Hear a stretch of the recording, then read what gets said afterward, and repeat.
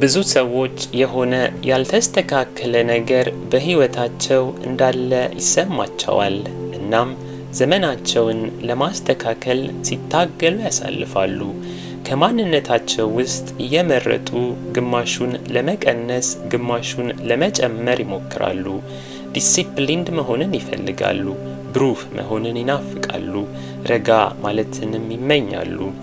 እነዚህንና ሌሎችንም ወደ ራሳቸው ማንነት መቀላቀል ስለሚፈልጉ ዘመናቸውን ያለማቋረጥ በፍለጋ ያሳልፋሉ። ሰዎች የሚስሉትን ማንነት አብዝተው ይናፍቁታል። በሳሉት በራሳቸው የፊውቸር ቨርዥን ውስጥ የሚካተቱት እጅግ በጣም ብዙ ናቸው።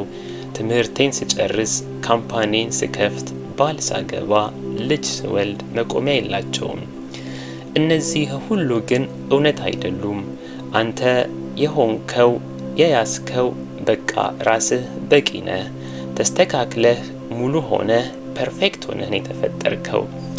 በተፈጥሮ ውስጥ ሁሉም የየራሱ ድርሻ አለው። ንፋሱም ይነፍሳል፣ ፀሐይዋም ብርሃን ትሰጣለች፣ መሬትም ትዞራለች።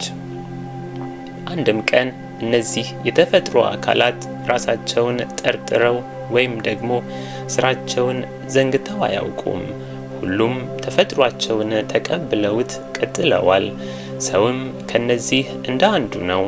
በተፈጥሮ ውስጥ ያለ ተፈጥሮ ነው።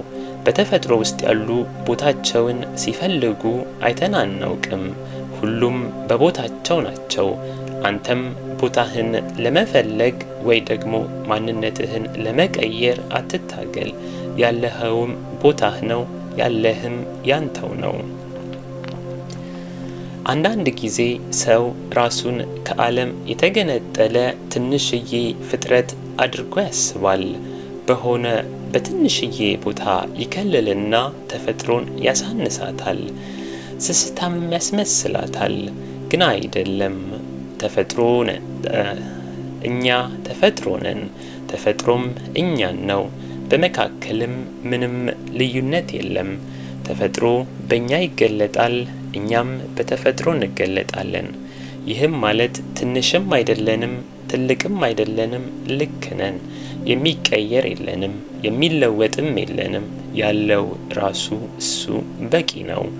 አይወዳደርም፣ አይነጻጸርም፣ ራሱን ብቻ ይገልጣል።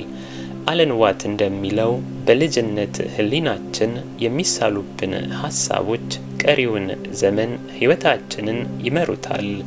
በማያቋርጥ ትግል ራስን መቀየር እንደሚቻል ያመነ ልጅ መፈለግ መርሁ ሆኖ ዘመኑን ይጨርሳል።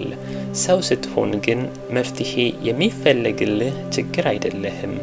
ተሰርተህ የምታልቅ ግንባታም አይደለህም።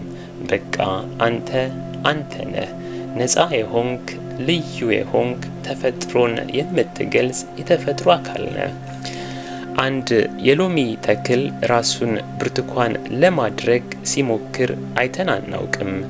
ፈጥኖ ሲያድግም ሲዘገይም አላየንም። እንደ ራሱ ውብ ሆኖ ያድጋል፣ እንደ ልኩም ፍሬ ያፈራል። ሰውም እንደዛው ነው። በሆነው ውስጥ ራሱን ውብ አድርጎ ይገልጸዋል፣ ህይወቱንም ይኖረዋል።